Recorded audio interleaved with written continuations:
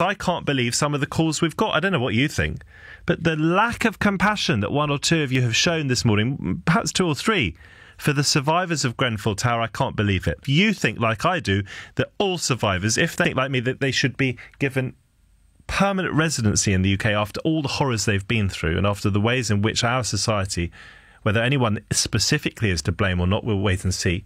But as our society has let them down, surely you agree with me if you think that they should be given indefinite leave, permanent residency, or if too many of you, as I believe it to be, too many of you think, actually, no, get them to the airport. Or maybe, yes, it's OK, the government's idea of 12-month amnesty, that's fine. And in Waltham Forest, and morning to you. Oh, good morning. What would you like to say? Hello. Hello. Yes, I think I agree with you. I think that anybody who...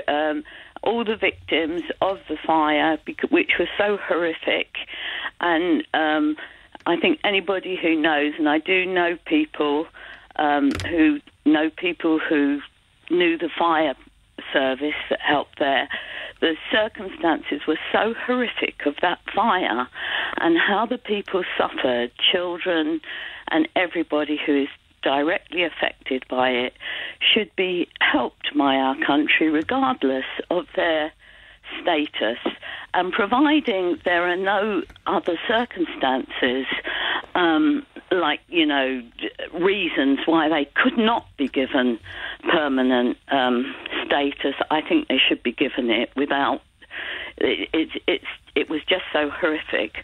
On the other hand, I'm very concerned that a lot of our council property, we have a big problem in London with homelessness and with people who deserve to be housed in our our own citizens who are legally here or born here.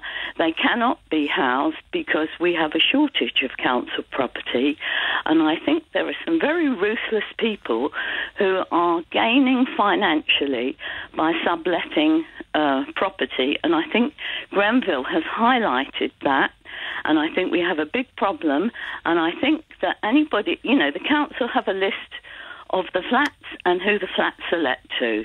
They do have that, and the police will have that. I think. Well, the list, it's interesting, Anne, the list that the Grenfell... I think actually it's the Kensington Tenant Management Organisation. I think that's how you say it.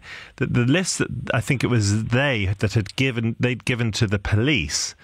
The police said was inaccurate. So quite who was living in that tower and who wasn't, I'm not sure we know. I'm not sure we'll ever know. I think what it has done, and this is even without knowing whether there were people, knowing for sure whether there were people living there illegally or not, what it has done is bring this issue to prominence. But as far as these people are concerned, I do feel very strongly that the victims, the survivors, I feel very strongly that we should be incredibly generous to them as a country. Yeah, I think so as well. I mean, and I think that people don't realise we're talking about little kids that woke up in the night and, some of them had the most even though they've survived, they've had the most horrific experience, and some of them in the primary school nearby, they've lost, classmates. It's been an appalling thing in the most appalling circumstances. I think there was a lot of difficulty in hosing down the fire. I do know that from people I know who know people, and I also heard that there would be a lot more victims if the tenants themselves had not helped carry out people who'd succumbed to smoke. And I think there's a lot going to come out in the inquiry, and it's been a lot more horrific than has been actually reported. And I think that if many of the people talking this, I do understand illegal immigration is an issue for all of us. I live in Waltham Forest, and it's an issue because we've had a lot older people like me.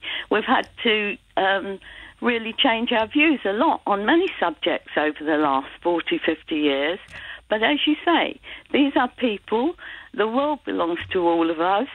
And, we're human beings. And where is the compassion? Anne, I hear you, and I asked the question myself. Thank you so much for that. That's Anne in Waltham Forest. Where is your compassion?